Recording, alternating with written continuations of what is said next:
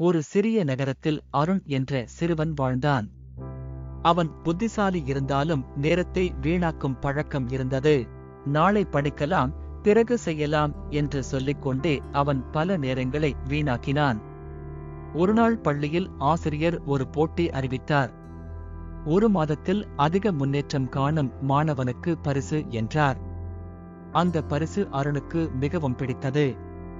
ஆனால் அவன் மனதில் நான் முயற்சி செய்ய முடியுமா என்ற சந்தேகம் வந்தது. மாலை நேரத்தில் அவன் தாத்தாவிடம் இதை பற்றி சொன்னான். தாத்தா அமைதியாக அவனை பார்த்தார். நேரம் நம்மிடம் திரும்பி வராது.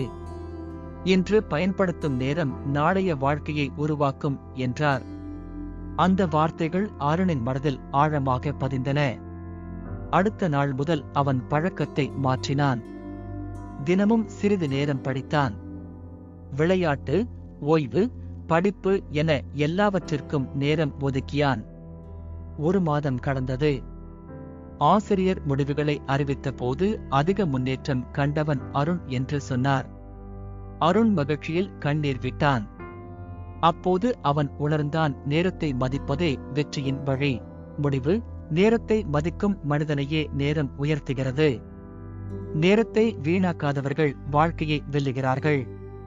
இந்த கதையை கேட்ட பிறகு நீங்கள் இன்று உங்கள் நேரத்தை எவ்வாறு பயன்படுத்தப் போகிறீர்கள்?